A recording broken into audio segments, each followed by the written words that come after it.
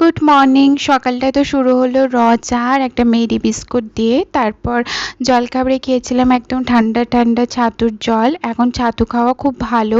তারপর শুরু করে দিলাম লাঞ্চে প্রিপারেশন। দেখো, ভাত আর কুমড়ো সেদ্ধ বসিয়ে দিয়েছি, আর সাথে ছিল মুসুরির ডাল। এটা আজকে লাউ আর কারি পাতা দিয়ে করেছিলাম। এই সময় লাউ খাওয়া খুব ভালো।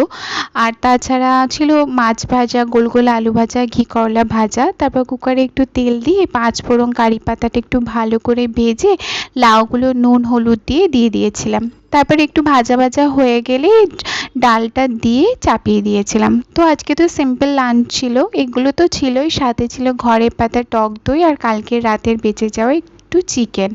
তো আজকে তো লাঞ্চটা এভাবেই চললো। আর তারপর সন্ধ্যাবেলা পড়তে এসছিল, তো পড়ে যাওয়ার পর আমি ডিনার করে নিয়েছিলাম রুটি আর ডিম ভাজা। আমার দিন তো এভাবেই কাটছে। তোমাদের কেমন কাটছে অবশ্যই জানিও।